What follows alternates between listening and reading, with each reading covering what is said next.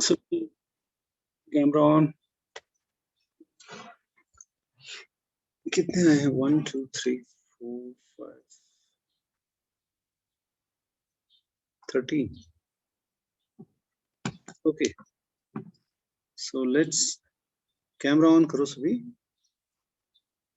So शुरू करते हैं हम. कल हमने किया था गॉसियन कर्वेचर के बारे में कुछ. तो गॉसियन कर्वेचर जो है, जैसे कि तुम्हें पता है, it is actually k is equal to k sub a, k sub b, where ka and kb are principal curvatures. Of course, it is evaluated at a point of a regular surface curvature. ठीक है, तो उस point पे हम Gaussian curvature evaluate कर सकते हैं. तो कल हमने किया था कि अगर हम वो ट्रैक्ट्रिक्स को रोटेट करेंगे, you will get a surface that has a constant negative क्या बोलते हैं, constant negative Gaussian curvature. Now, by the way, there are different geometries, you know. So there are geometries based on whether the curvature is 0, positive or negative everywhere. So by and large ना जो हम geometries की discuss करते हैं on the basis of curvature, उसमें है एक तो Euclidean geometry जहाँ पे Gaussian curvature हर जगह 0 है. Then हम बात करते हैं spherical geometry की जहाँ पे Gaussian curvature हर जगह positive है. Then there is hyperbolic geometry जो सबसे ज़्यादा interesting है और सबसे ज़्यादा जिसमें बोलो ना जिसमें Gaussian curvature हर जगह negative. अब बजाय हर जगह negative के हम इसको लेते हैं k को +1 और इसको लेते हैं -1. तो just to make ना it simpler. और hyperbolic geometry बहुत ही vast field है. Spherical geometry भी है, लेकिन hyperbolic geometry in particular is very important in modern mathematics और research से related बहुत सारी चीजें. क्योंकि hyperbolic geometry में possibilities बहुत ज़्यादा है चीजों की. मैं वो जैसे for example टाइलिंग की, अगर मैं तुम्हें इसके बारे में पढ़ने के लिए कहूँ, मतलब मेरे कहने का मतलब है on the basis of the Gaussian curvature we can broadly एक तरह से क्लासिफाई कर सकते हैं हम ज्योमेट्रीज को, जिसमें कर्वेचर पॉजिटिव होना, नेगेटिव होना या 0 होना. एनीवे, सो वो तो थोड़ा साइडवेज समझे. सो देन अब मैं तुम्हें एक होम असाइनमेंट दूंगा, वो ये कि अगर तुम्हारे पास z है इन द मोंजेस फॉर्म, यानी इसको बोलते हैं, अगर तुम्हारे पास मोंजेस फॉर्म किया है ना, z इज अगर equation of surface is given in this form, right, हम इसको कहते हैं मोंजेस फॉर्म. ये बड़ा सिंपल तरीका होता है, मतलब अगर इस तरह से सरफेस है तो उसका फायदा है, there is an automatic parameterisation, that is r is equal to xy f of xy. और हम x and y को ही पैरामीटर मान सकते हैं if we have Monge's form of a surface. जैसे hyperboloid है z, नहीं paraboloid, z is equal to x square plus y square. So you could बहुत सारी curves हैं, जैसे you can also write something in the Monge's form, just spherical of radius 1. उसका Monge's form ये होगा, because of course this is f of x y. And then you can treat xy as parameters themselves rather than having some other way of writing down the equation of a surface. But अगर ऐसा है तो अच्छा है, अगर नहीं है तो it's not a big deal. लेकिन मैं कह रहा हूँ अगर surface इस तरह से हो, evaluate the Gaussian curvature.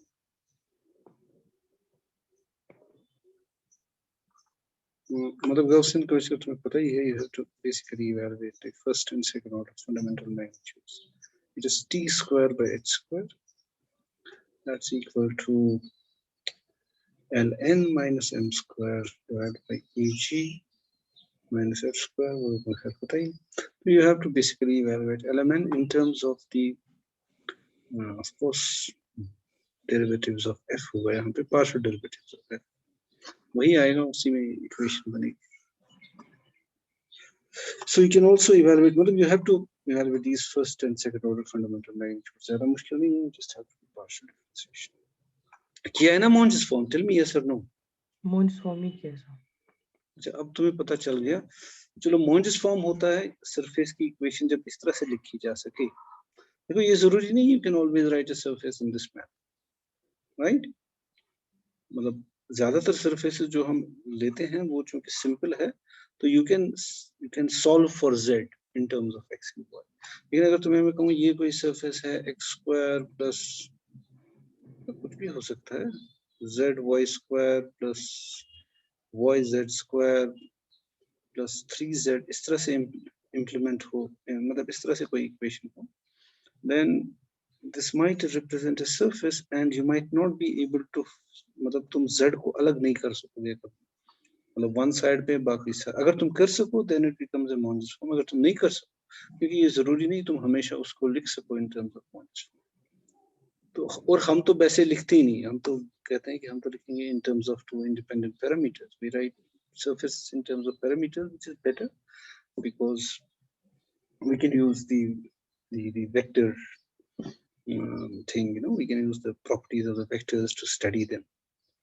ये सारा कुछ है ना, we are using, जैसे हम डॉट प्रोडक्ट्स ले रहे हैं, क्रॉस प्रोडक्ट्स ले रहे हैं, ये हम तभी ले रहे हैं when we can treat our surfaces as in the vector form, in this parametric form, rather than in this form. मतलब ऐसे भी कर सकते हैं, ऐसा नहीं है, लेकिन this is more suitable to differential geometry के parametric form में उसको लिखना, rather than, you know, in terms of x and y and z equations and x, y and z. But if you can solve for z, then you can treat x, y themselves as parameter, because फिर तो ये तुम्हारा x coordinate है, ये y coordinate है, और z coordinate क्या है, some function of x and y. जैसे अगर मैं तुम्हें कहूँ r, अगर ये है अपना ये paraboloid, then this would be just r, तुम चाहे तो इसको लिख सकते हो x, y, x square plus y square, z coordinate, या अगर तुम उसको uv में ही लिखना चाहो, doesn't matter. When this is given in terms of, मतलब यहाँ पे अगर फिक्स वैल्यू आते हैं, मतलब parameters u and v, और then the third coordinate is the function of the first two, उसको हम बोलते हैं Monge's form, because it becomes easier comparatively उसको evaluate करना. But ये सभी surfaces के लिए possible हो ये जरूरी नहीं हो, but generally जो हमें surfaces available हैं, जो ना simple सी surfaces हैं, जैसे sphere है, you can usually do it, no issue. अब सरफेस में एक ही चीज है, तुम आधे स्फीयर को कर सकते हो at a time, but that's not a big deal, क्योंकि तो फिर तुम वो जो नीचे वाला स्फीयर है ना, हेमिस्फीयर, उसको तुम दूसरा इक्वेशन ले सकते हो, ये ठीक है ना, मतलब दो इक्वेशन से वो सरफेस, मतलब वो उतना बड़ा मसला है नहीं. एनीवेज, तो Monge's फॉर्म के लिए तुम फंडामेंटल मैग्नीट्यूड्स इवैल्यूएट करो. Monge's फॉर्म का मतलब क्या है, तुम्हें लेना है एक्स वाई जो है, चलो मैं लिख देता हूँ, आर सब एक्स आएगा यहाँ पे, है ना, बजाय आर सब यू के, या आर सब यू ही लिख लो तुम, डजंट मैटर. सो वो बन जाएगा 1 0, और यहाँ पे आएगा f differentiate partially with respect to x, या ऐसे लिख लो del f by del x. इसी तरह से आर सब वी जो तुम्हारा बनेगा वो बनेगा 0 1 डेल एफ, सॉरी हाँ डेल एफ बाई डेल, है ना. इसी तरह से तुम r u dot r v निकाल सकते हो, फिर ई, या r u dot r u. तो इसके लिए हमारी कुछ नोटेशंस हैं, इसको हम यूजुअली कहते हैं p. If you have z equal to f of x y, तुम्हें पता है del z by del x जो होता है उसको यूजुअली स्मॉल p से डिनोट करते हैं, del z by del y को हम स्मॉल q से रिप्रेजेंट करते हैं, और del square z by del x del y को हम रिप्रेजेंट करते हैं बाय r, है ना. इसी तरह से del square z del 2z by del, sorry मैंने गलत लिखा, यहाँ पे मैंने गलत लिखा. तो मेरे कहने का मतलब है you can write them in terms of p. ये कुछ नहीं है, थोड़ा एक्सरसाइज है, इवैल्यूएट कर, लेकिन you can use these notations. Del z del square z by del x square जो है वो r होता है, del square z by del x del y, which is the same thing as in our case. इसको हम s से represent करते हैं और del square z by del y square इसको t से रिप्रेजेंट करते हैं. यही तुम्हें पार्शियल डेरिवेटिव्स मिलेंगे जब तुम इसको पार्शियली डिफरेंशिएट करोगे with respect to x and y. यानी तुम्हारे लिए पैरामीटर है, दिस इज एक्चुअली u की जगह x है, y की जगह v है, बाकी तुम इवैल्यूएट कर सकते हो. मुझे लगा तुमने किया होगा मॉन्स फॉर्म जब तुमने किया होगा इक्वेशन ऑफ द सरफेस, उसकी different forms, implicit, explicit, Monge's form, vector. That's writing an equation in different manners. जैसे तुम किसी इक्वेशन को ऐसे भी लिख सकते हो ना, this is a curve z square plus x y z plus y square, है ना. चलो प्लेन में लेते हैं, x square plus 2x y plus y square x is equal to 0. Right. अब यहाँ पे can you write it as y equal, अगर तुम इसको कन्वर्ट कर सकते हो इस तरह से तो ये Cartesian form of the equation, अगर नहीं भी बने तो भी एक कर्व को ये रिप्रेजेंट करती है.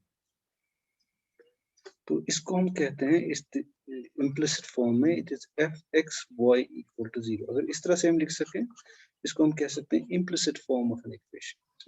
Implicit form in an equation in a plane would be f(x,y) is equal to 0 और इसका explicit form होगा y is equal to f(x).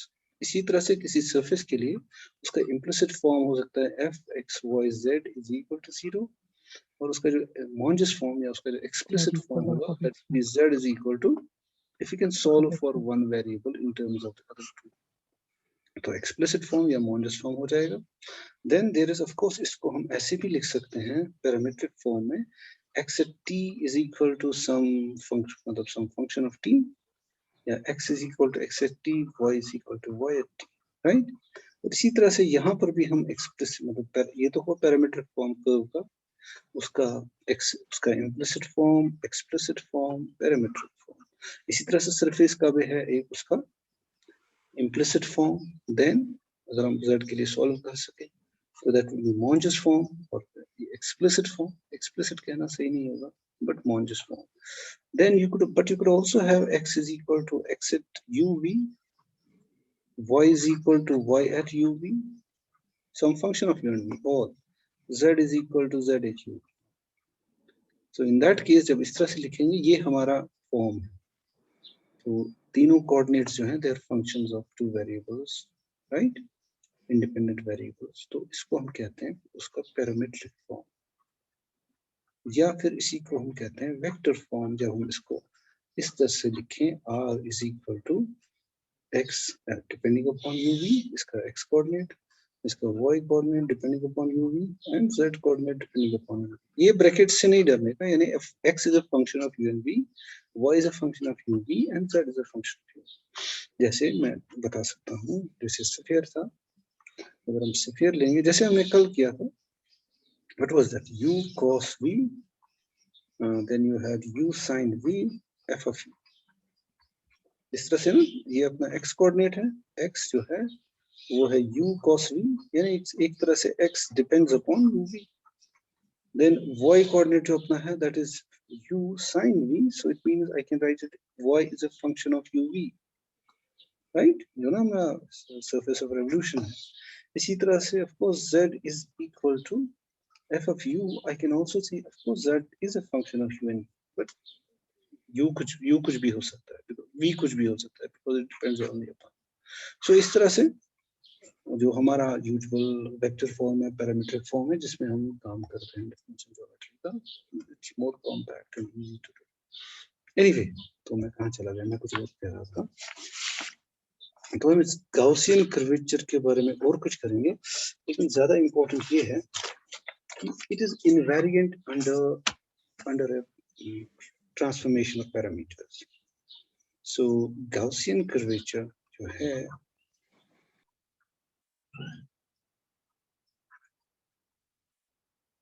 is independent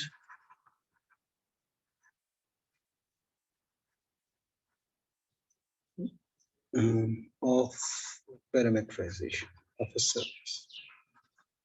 तुम कैसे भी उसको पैरामीटराइज करो, तुम कैसे भी उसको लिखो, जैसे मैंने कहा था अगर तुम्हारे पास स्फीयर है तो तुम लिख सकते हो r at uv is equal to let me call it cos u cos v cos, चलो मैं लिख लेता हूँ, this is the unit sphere. Unit sphere का मतलब x square plus y square plus z square is equal to 1, और I can write x, इसी को मैं लिख सकता हूँ बहुत सारे तरीकों से, is equal to 0. मतलब जब मैं इस तरह से लिखूं, it is f of x, this capital F of x y z is equal to 0. This is the implicit function, implicit way of writing the equation of a sphere. That's x square plus y square plus z square minus 1 is equal to 0.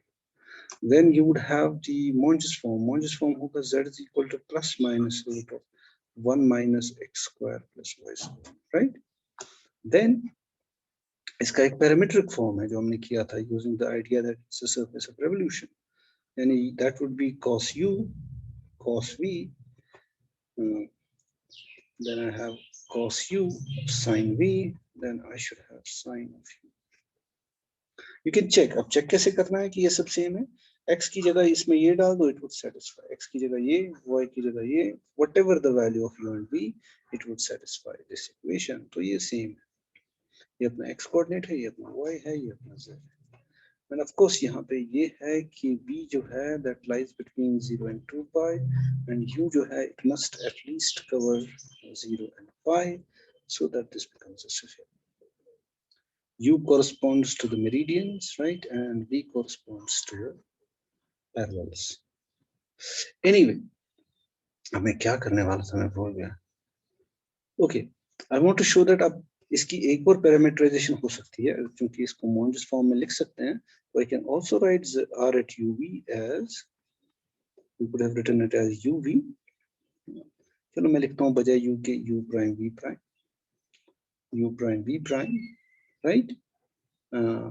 Into root of 1 minus u prime square plus v prime square, right? अब ये भी इसकी parameterisation है. Why? Because x की जगह तुम ये डाल दो, y की जगह ये, z की जगह ये, it will be satisfied. तो ये भी इसको सेटिस्फाई करता है, ये भी इसकी एक पैरामीटराइजेशन है, ये भी इसकी पैरामीटराइजेशन. अब हम कह रहे हैं कि तुम कोई भी सरफेस ले लो, तुम किसी भी तरह से उसको पैरामीटराइज करो, लेकिन उसके जो गाउसियन कर्वेचर है वो चेंज नहीं होगा. Of course equation of the surface तो चेंज हो गई है ना, उसका जो x y z जिस तरह से uv पे पैरामीटर्स पे डिपेंड करता है वो डिफरेंट है यहाँ पे और यहाँ पे, but they give rise to the same surface and they have the same Gaussian curvature, would not change. So of course अब जो u prime और v prime they must be related, क्योंकि वो सेम सरफेस दे रहे हैं ना. देखो ये यहाँ पे जो uv है और यहाँ पे जो u prime v prime है, they must be somehow related because when I put them inside these two equations, I get the same surface. तो उसको हम कहते हैं उन relations को जो u prime और v prime के बीच होंगे. तो we usually write as u prime को मानते हैं हम some function of uv. इसको explicit भी हम इसी तरह से निकाल सकते हैं, right? Maybe we may or we may not be able to do it, but there is a relationship between u prime, v prime, and इसको हम g लेते हैं. So these are our reparameterization equations. तो ये है अपना reparameterization.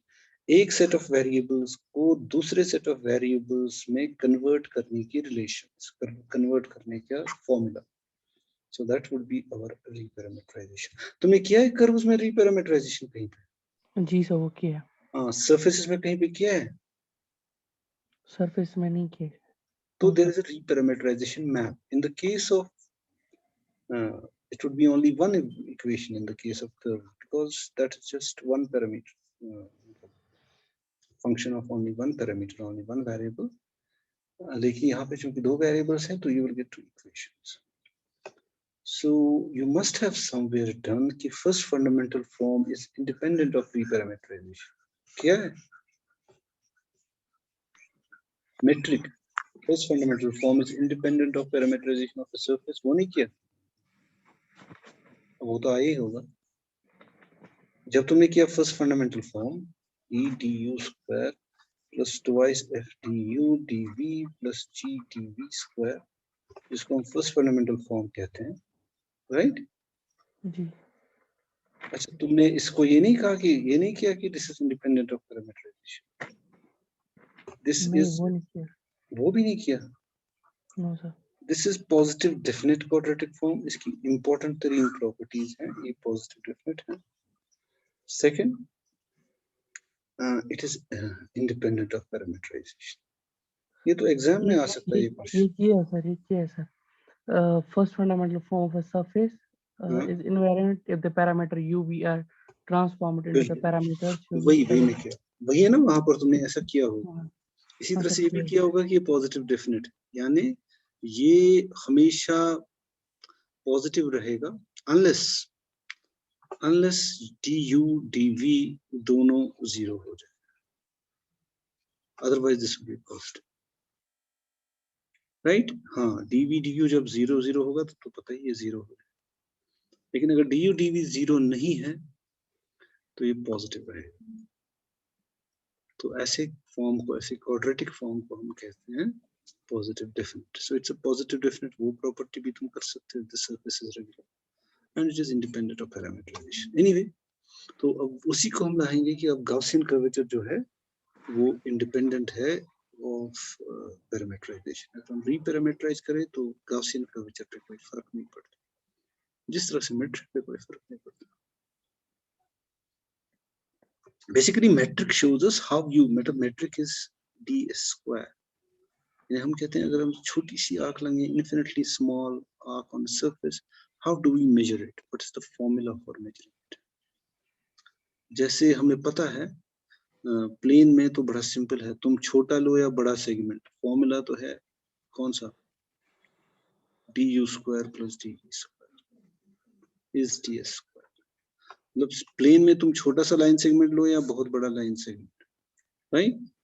तो उसके लिए फॉर्मूला तो हमेशा है ना कि चेंज इन एक्स स्क्वायर, मतलब जो डिस्टेंस होगी, जो लेंथ होगी, स्मॉल हो या बड़ी हो, that's always the change in x, जो हमारे वेरिएबल्स हैं प्लेन में, and change in y. So this would be the first, मतलब for a plane geometry, Euclidean geometry. So this would, मतलब हमारा E होगा 1, G होगा 1 और F होगा 0। इसी तरह से डिफरेंट सर्फेसिस के लिए डिफरेंट है। जैसे तुम्हें, अगर तुम ढूंढना चाहो, मैं करूंगा तुम्हें, क्या बोलते हैं, एडवाइस करूंगा, तुम हाइपरबोलिक ज्योमेट्री में जो सबसे स्मॉलेस्ट डिस्टेंस तुम कैसे इवैल्यूएट करते हो, उसके लिए क्या फॉर्मूला है। थोड़ा सा उसके 1-2 होंगे depending upon the model, but you can check that. Anyway, तो मैं वहां नहीं जाना चाहता, अभी हम करेंगे Gaussian curvature is independent of parameterisation. So this is basically the formula for finding the infinite small distance. Idea is this basically कि अगर हमें ds पता हो, then जब मुझे length की जरूरत हो तो I just integrate from a to b। अगर मुझे ये सेगमेंट पता है छोटा सा कैसे हम करते हैं, तो अगर मुझे फिर ये लेंथ ढूंढनी है किसी भी सरफेस पे यहाँ से यहाँ तक, what I do is मैं इसको छोटे छोटे हिस्सों में बांट, मतलब इंटीग्रेट करूँ ds को। जिस तरह से मुझे पता है dxab is equal to length of the line segment A to B. This is B minus A, है ना?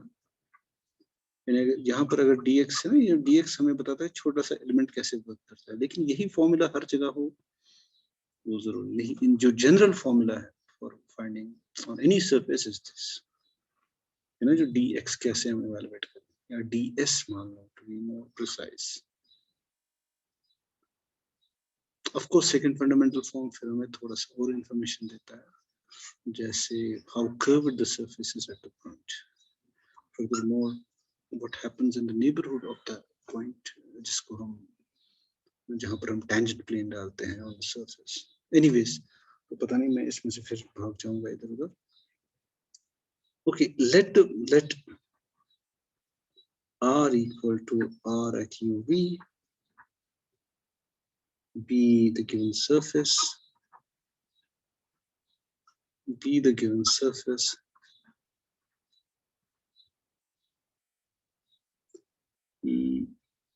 and let uv जो हमारे variables हैं be transformed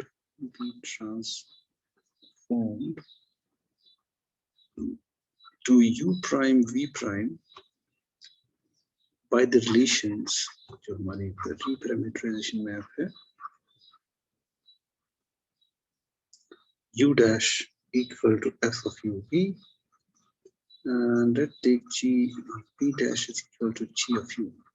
ये अपना reparameterization map है तो इस पैरामीटराइजेशन का जैकोबियन जो है वो होता है the Jacobian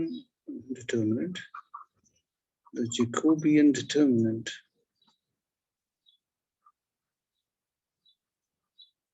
of this transformation. तुम्हें पता है कि हम उसी ट्रांसफॉर्मेशन को प्रॉपर मानेंगे इसमें जैकोबियन हो नॉन जीरो तो इसका जैकोबियन होगा j equal to del इसको हम ऐसे लिखते हैं कभी कभी u prime v prime divided by del uv it is the determinant del u dash by del u then I have del u dash by del v and the second row would be del v dash by del u del v dash by del v and of course इसको अगर हम evaluate करें so that will be del u dash by del u into del v dash by del v minus del u dash by del v into del v dash by del u. So you have to assume that this must be zero because we are talking of a proper transformation. Now I have got मतलब पहले जो मेरी surface की equation है suppose वो है r is equal to r at uv. अब under reparameterization although the surface is same it will be of some form r is equal to r at u prime v prime मतलब surface तो same है variables different है parameters different है जैसे कि एक और example में हमने देखा so of course इससे मैं evaluate कर सकता हूँ इसके first and second order fundamental magnitudes e f g l m n और इसके भी ठीक है ना और उनको मैं डिनोट करूंगा बाय e प्राइम क्योंकि मैं वो इससे अलग होंगे because they would be in terms of u prime and v prime so उसको अगर मैं लिखूं e prime f prime इसी तरह से g prime l prime m prime what I have by that I mean अगर e है मेरा ru dot ru मेरा जो e prime है वो है ru prime dot ru prime and so on so इसी तरह से f g element वहां पर भी ऐसे change so that's what I write so let us use dash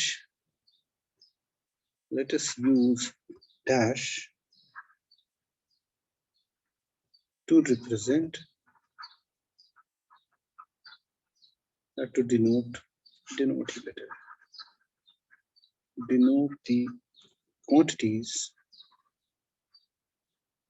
when the parameters are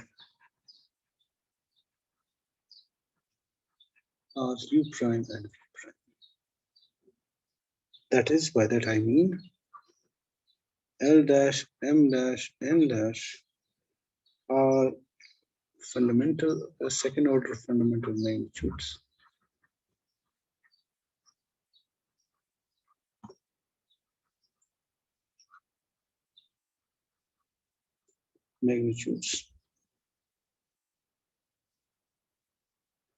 When parameters are u prime, v prime, when parameters are u prime, v prime, and L, M, N in terms of parameter u. बस हमने ये किया तो आधा काम हो गया. Now since u is a function, so u is a function of u prime v prime, and you have to remember ये जो हमारे reparameterization maps हैं इनमें कुछ properties हैं कि you should be able to invert them. जो ना reparameterization maps होते हैं, they must be differentiable both sides. So मतलब हो गया, क्योंकि तुमने मुझे लगता है वहां पे किया होगा तुमने, तो मैं यहाँ पे मान के चलता हूँ. Okay, therefore अगर मैं लूंगा del r by del u, now you have to remember r is a function of uv and u is a function of u prime v prime and v is a function of u prime v prime. So the chain rule will come into play. So you must have del r by del u would be equal to, by chain rule of the multivariable calculus, del r by del u prime into del u prime by del u plus del r by del v prime into del v prime by del u. This is just the chain rule. ये तुमने बहुत बार use किया होगा. In fact वहां भी जहां तुमने दिखाया होगा the first fundamental form is invariant under क्या बोलते हैं, invariant under change of parameter. So that means r sub u जो है, let me write it as r sub u is equal to, I should write r sub u prime into del u prime by del u plus r sub v prime into del v prime by del u. Similarly तुम कर सकते हो r sub v is equal to r sub u prime into del u prime by del v plus r sub v prime into del v prime by del v. So that's our chain rule. Okay. Now that would give us, using just the cross product. So you can see that ru cross rv, अगर इन दोनों का cross product लेंगे, let's do it. यानी इसका इनका आपस में cross product लेंगे तो क्रॉस प्रोडक्ट डिस्ट्रीब्यूट्स और vector addition. R u dash cross r u dash खुद के साथ क्रॉस प्रोडक्ट जीरो होगा, यानी ये टर्म जीरो होगी, क्रॉस प्रोडक्ट भी बचेगी खाली क्रॉस टर्म्स, यानी r u dash cross r v dash and r v dash cross r u dash. And using the fact that the vector cross product is anti-commutative, so they would be negatives of each other.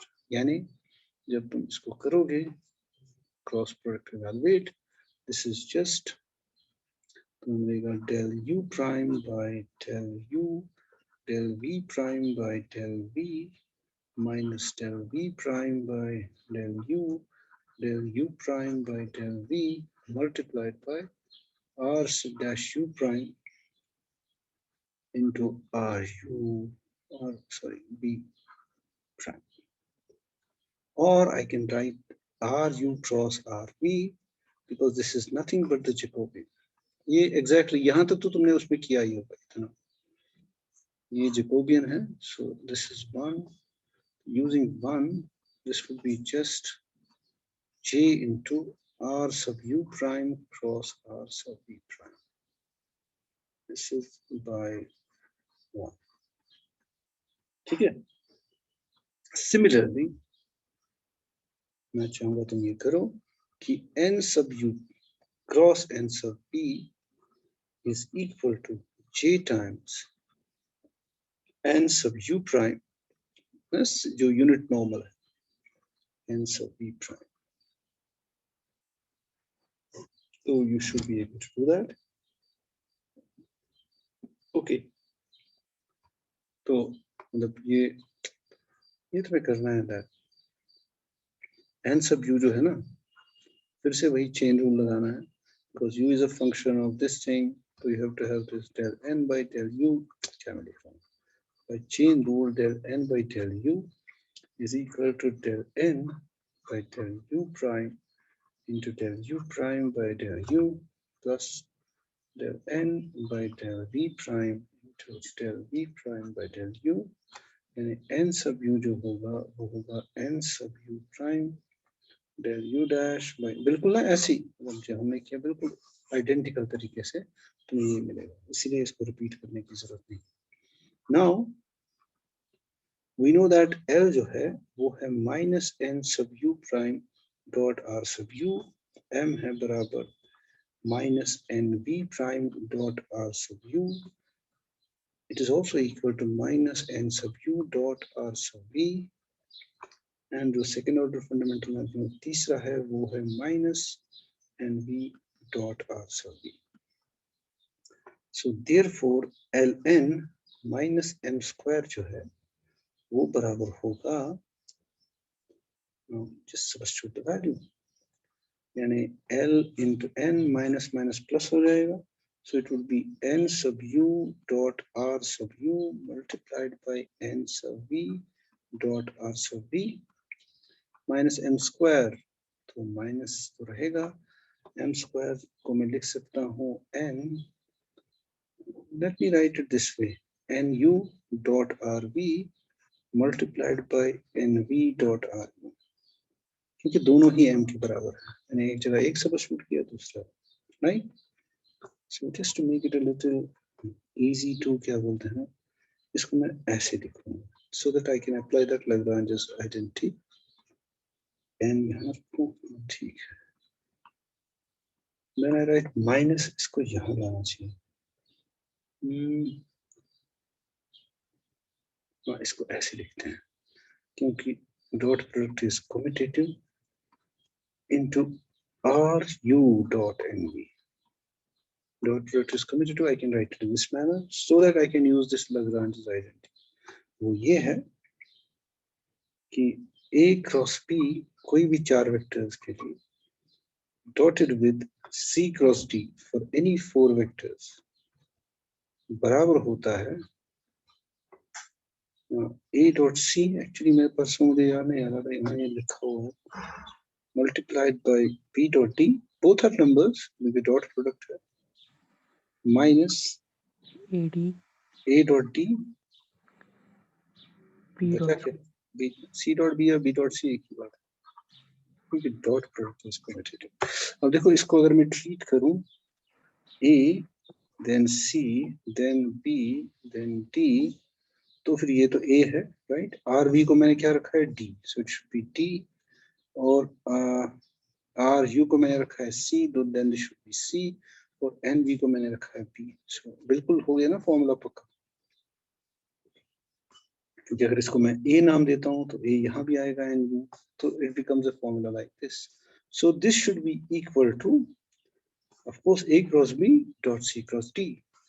A cross b means nu cross nb dot product with, of course, c cross d, that is ru cross rb.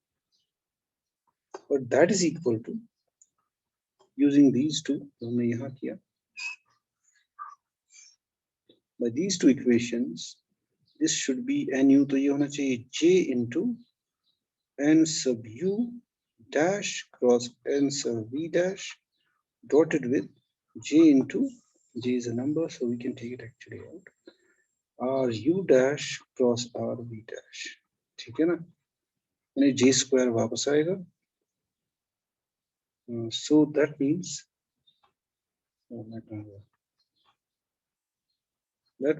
ln minus m square is equal to j square into, क्या था अपना, n I should write, चलो nu dash cross nv dotted with ru dash cross rv dash. अब मैं इसको reverse process अगर करूं तो मैंने यहाँ किया था उसी का रिवर्स, वापस में Lagrange's आइडेंटिटी लगाऊंगा, वापस इसको इस फॉर्म में रखूंगा, तो ये फिर बनेगा nu dash ru dash जो भी है. तो मेरे कहने का मतलब है this would be just j square into l dash n dash minus m dash square, where of course l dash जो है वो होगा minus n u dot ru dash. तो ये चीजें यहाँ सब्स्टिट्यूट करके वापस में मिल जाएंगी. So once I am there, also I have ru cross rv by using the same thing, dotted with RU cross RV again. This would be J square into, of course, RU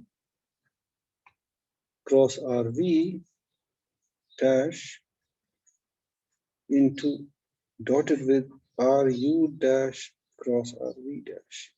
और हमें पता है खुद के साथ जब dot product करते हैं वो नॉर्म का स्क्वायर है, यानी I should have RU cross RV norm square is equal to J square into RU dash square RV dash square.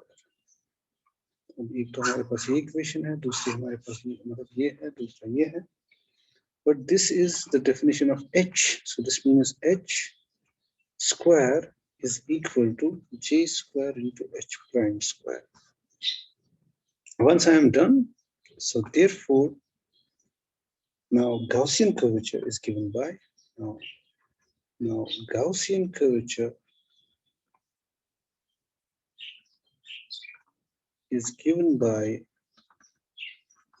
K equal to, is actually ln minus m square divided by EG minus f square. That's equal to, with respect to first parameters, ln minus m square divided by, this is precisely h square, but that would be the same thing as j square into ln l prime minus m square divided by g square into h prime square. That would be the same thing as j square cancel over.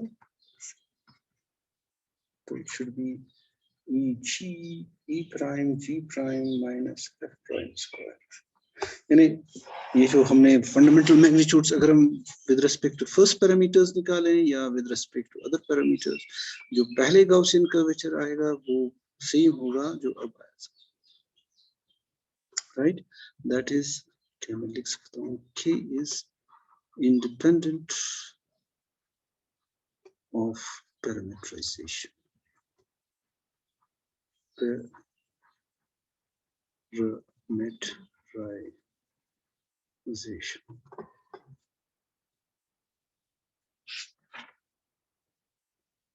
Okay, अब एक हम exercise कर सकते हैं.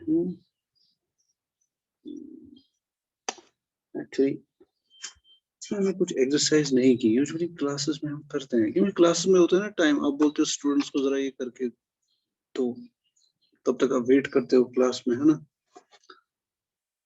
फिर आप check करते हो किसने क्या किया अपनी कॉपी पे, कहाँ पे गलत किया, कहाँ पे समझ नहीं आया. तो डिफरेंशियल ज्योमेट्री में वो करना जरूरी है, लेकिन ये ऑनलाइन में वो पॉसिबल ही नहीं है. मैं फिर तुम सबका एक एक करके वो देखूं, उसमें तो 1 घंटा लग जाएगा. एनीवे, सो लेट्स डू, मैं ऐसे ही चूज कर रहा हूँ कौन कौन सी एक्सरसाइज करूँ. लेकिन अगर तुम्हारे पास नोट्स हैं किसी अच्छे स्टूडेंट के, मैं भी देखूंगा, तो तुम उसमें से देख लेना उसने क्या क्या एक्सरसाइज की होंगी यार. मतलब अब हम करेंगे शो दैट, एक अच्छी एक्सरसाइज है, show that the points of intersection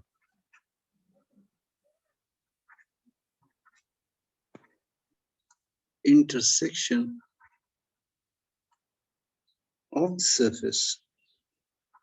Surface बहुत ही general है. It's given in implicit form, x raised to power m plus y raised to power m plus z raised to power m is equal to a raised to power m, where a is a constant. इस surface का intersection and the line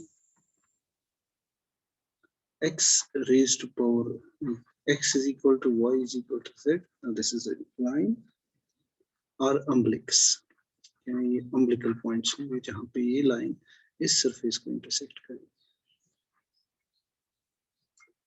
And the curvature at an umbilic is given by, and the curvature जो है umbilic का, curvature at an umbilic is given by, मुझे पता नहीं exactly, 1 by k or rho is equal to a divided by m minus 1 multiplied by 3 raised to power m minus 2 divided by 2m. ये raised to power है 3 को. So this would be the reciprocal of the curvature rather given by this. Anyway, तो proof हम करेंगे. तो we write it in the मतलब हम इसको Monge's form जो मैं कह रहा था उसमें लिखेंगे. तो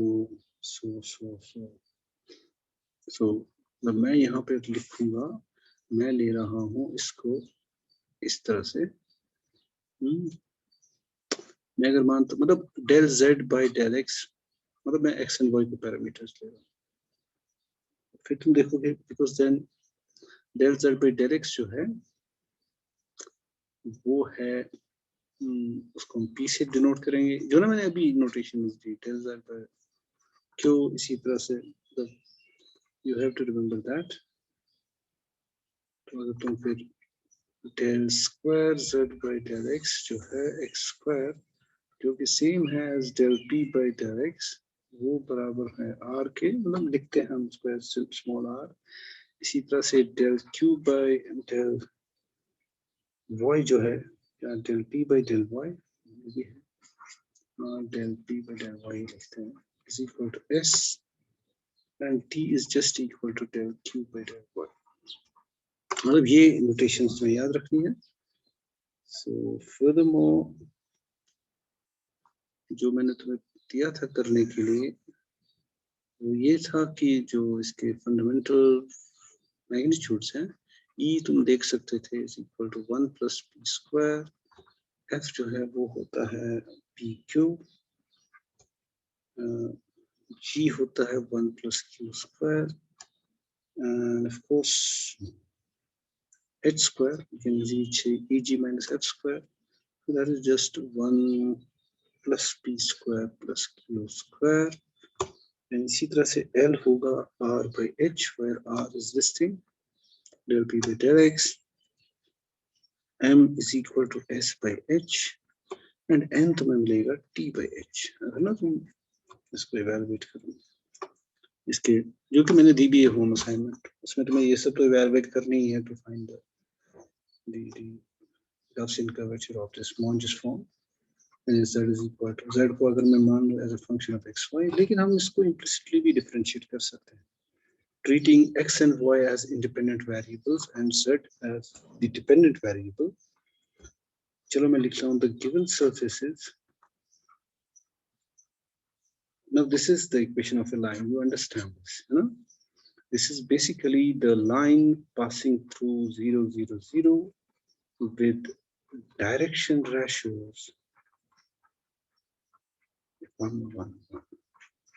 यानी ये वाली line it goes through the 0 and it has got the same as direction ratios as 1 1 1. I cannot draw it actually. तो ये कुछ ऐसे आ जाएगी. ये मान लो ये बाहर की तरफ आ रही है और यहाँ अंदर की तरफ जा रही है. This is the line. और ये कोई सरफेस है और हम कह रहे हैं जहाँ पे ये सरफेस इस लाइन इस सरफेस को इंटरसेक्ट करेगी they must be the umbilicus. यानी वहाँ पे umbilic के लिए कौन सी कंडीशन है? ये है कि E by L is equal to F by M is equal to G by N.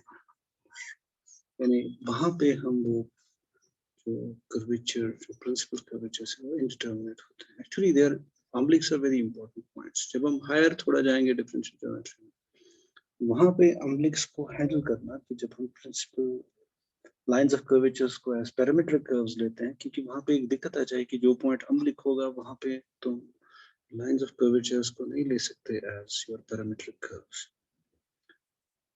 Anyway, तो the given surface जो हमारा है it is x raised to power m plus y raised to power m plus z raised to power m is equal to a raised to power m where a is a constant.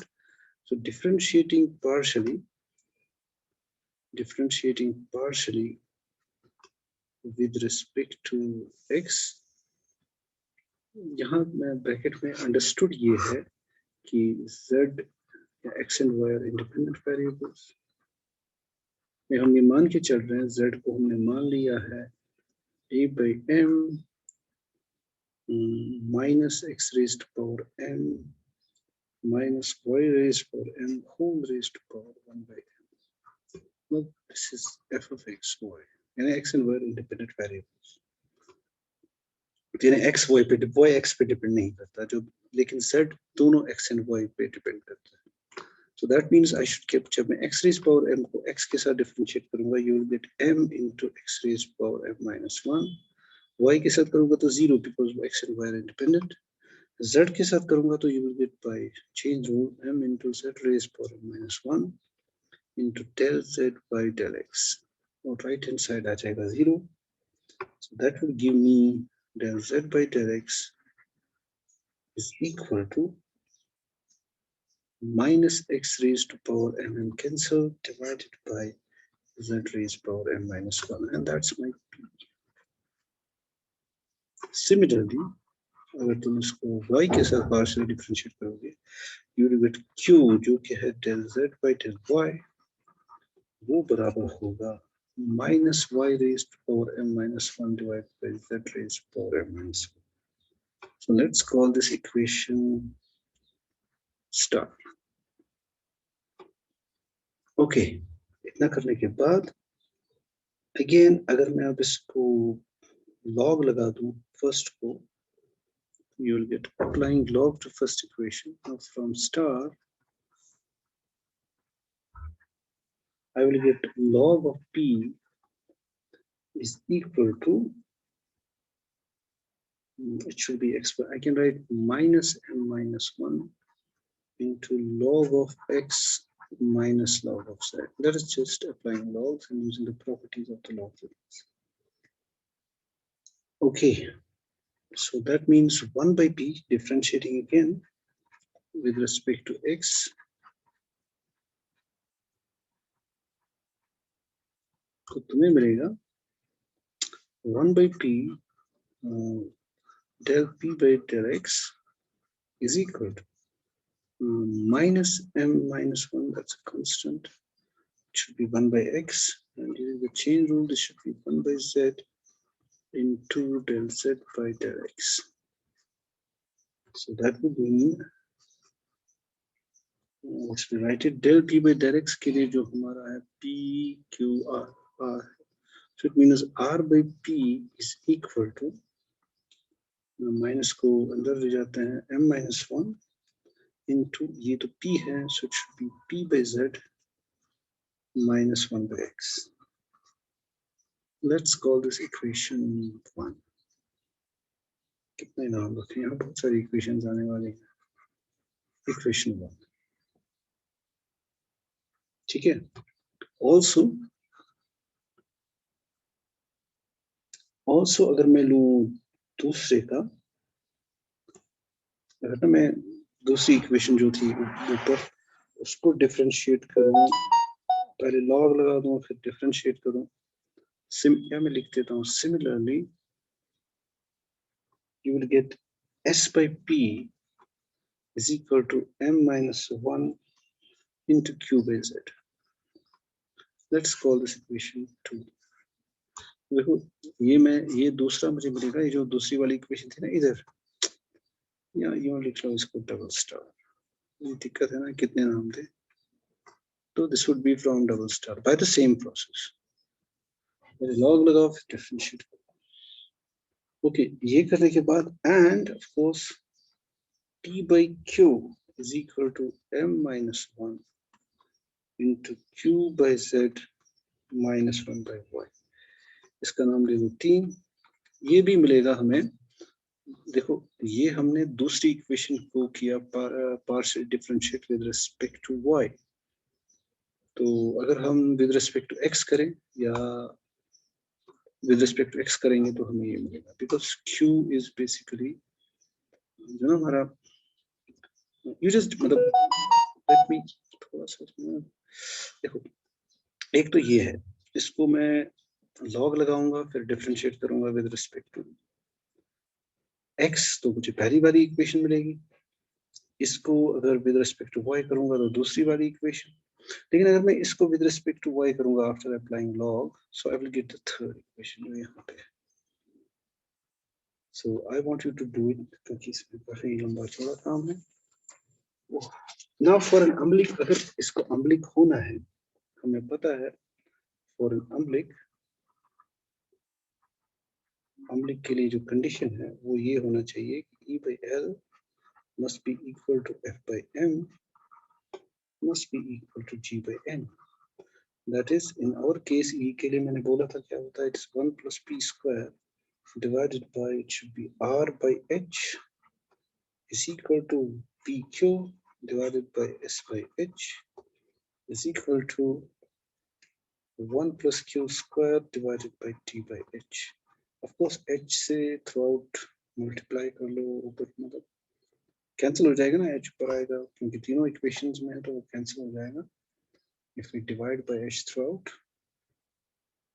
so you will get, that is 1 plus P square by R is equal to P into Q divided by S is equal to 1 plus Q square divided by T.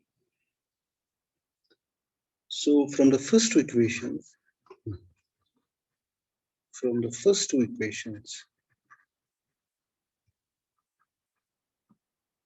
I should have 1 plus P square divided by R is equal to PQ into S, which would imply, मुझे पता है Q by S के लिए हम कुछ कर चुके हैं. What is Q by S? Q by S कहाँ गया? हाँ, Q by S अगर मैं यहाँ ले लूँ by equation second, right? PQ into S आएगा ना कहीं पे? PQ divided by S, हाँ, by equation second. From equation second, I should have 1 plus P square divided by R should be equal to Z divided by M minus 1 by second. Because second tells me that this is equal to Z divided by PQ divided by S is equal to Z divided by M minus 1. That's fine. Okay. Which implies that 1 plus P square must be equal to Z divided by M minus 1 into R. लेकिन R का value मैं 1 से ले सकता हूँ. R तो मैं इसको ब्रैकेट लगाऊंगा. इसमें थोड़ा सा काम है लेकिन करने से तुम घर पे करोगे तो अच्छा रहेगा. अब यूजिंग द इक्वेशन 1 R का वैल्यू मुझे मिलेगा. R किसके बराबर है? It is P into M minus 1. तो using equation 1, this is P into M minus 1. This is equal to Z into M minus 1 into P into M minus 1. और अंदर है P by Z minus 1 by X. Of course, using equation 1. So of course M ये cancel, right? Z अंदर जाएगा, so it would be just P square minus PZ divided by X. Okay. Therefore, a P square cancel, so you would basically get P is equal to minus X by Z, which is equal to minus X raised power M minus 1 divided by Z raised power M minus 1. Why? क्योंकि P इसके बराबर है, using equation star, I think. P is equal to minus X minus 1. So हमें मिलना चाहिए, right? तो using star, ठीक है? So that would give us, अगर मैं इसको, क्योंकि P इसके बराबर है, तो बजाय इसके लिखना चाहिए ऐसे. But P is also equal to minus X raised power M divided by Z raised power M minus 1 by star. So therefore, minus X by Z should be equal to minus X raised power M minus 1 divided by Z raised power M minus 1, which implies that X raised power M minus 2 must be equal to Z raised power M minus 2. Similarly, using the last two equations of this ये जो था यहाँ पे अगर मैं इसको use करूं, let's call this equation 4. I think using the last two equations of the 4, using the last two equations of 4, we should get y raised to power m minus 2 is equal to z raised to power m minus 2. Therefore, I will get x raised to power m minus 2 is equal to y raised to power m minus 2 is equal to z raised to power. अगर कोई अम्लिक point है, it must satisfy this thing. क्योंकि अम्लिक के लिए जो condition है, if and only if this is true, इससे हमें मिलती है this condition, that is, which implies that x must be equal to y must be equal to z. If there are three real numbers, उनके powers अगर इस तरह से positive powers बराबर है, then they must be, मतलब same powers बराबर है, then they must be equal. So therefore, for an oblique, oblique जो है वो इसको satisfy करनी चाहिए. It means it must lie on this line. It must be the intersection of the line x is equal to y equal to z and the given surface. Again,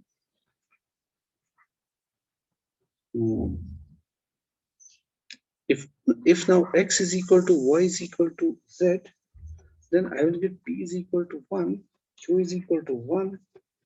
जैसे कि तुम देख सकते हो, अगर हमारे पास x और z बराबर है,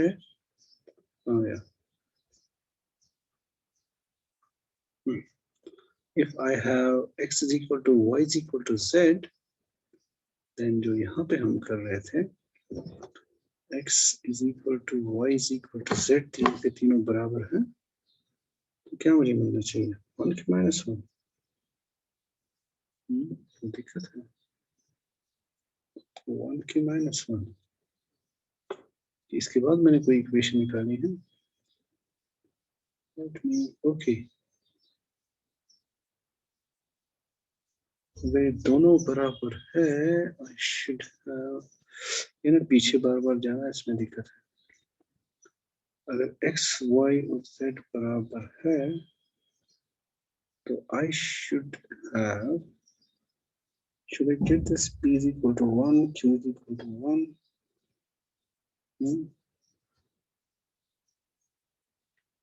हाँ, हमें मिलेगा बेसिकली p किसके बराबर मिलेगा? 1 के बराबर. हाँ, अगर p 1 के बराबर है,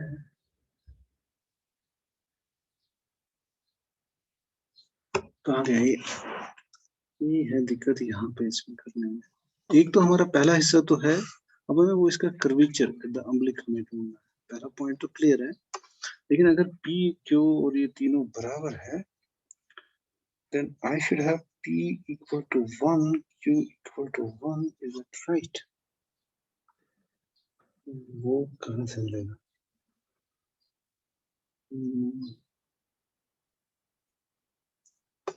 पीछे जाते हैं. अब प्रॉब्लम ये है कि x, y, z अगर तीनों बराबर है, तो p है इसके बराबर, x z बराबर है, वही ना, वो मुझे -1 दिख रहा है यहाँ से. -x by z. Okay, let me take it -1. देखते हैं क्या होता है. तो p -1 होगा, तो q किसके बराबर? मुझे लगता है q भी -1 होगा. q कहाँ पे था? q.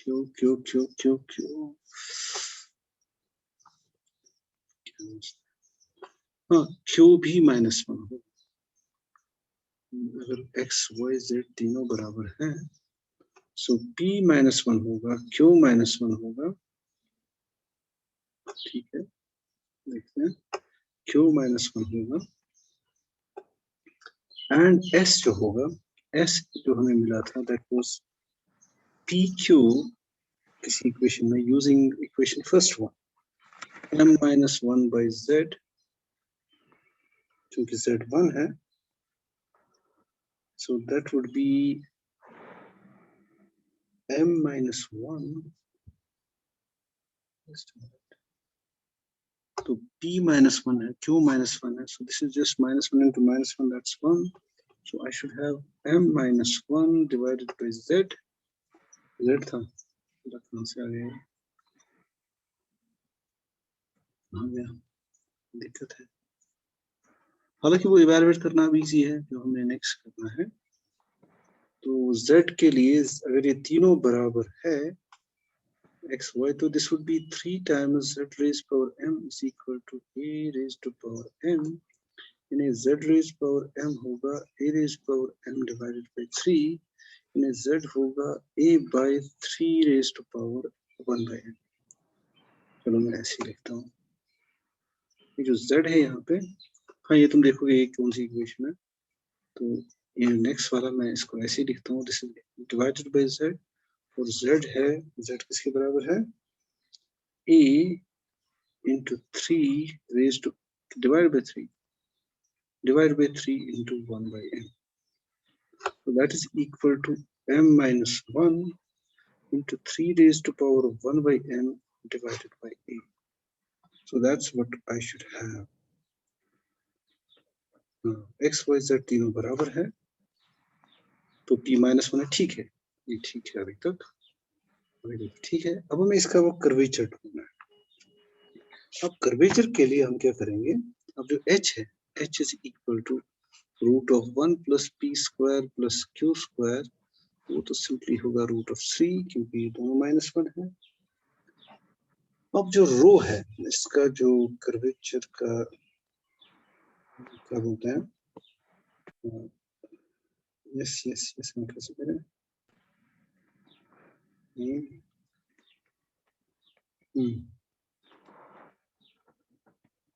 सो रो को हमें करना, let's do it this way.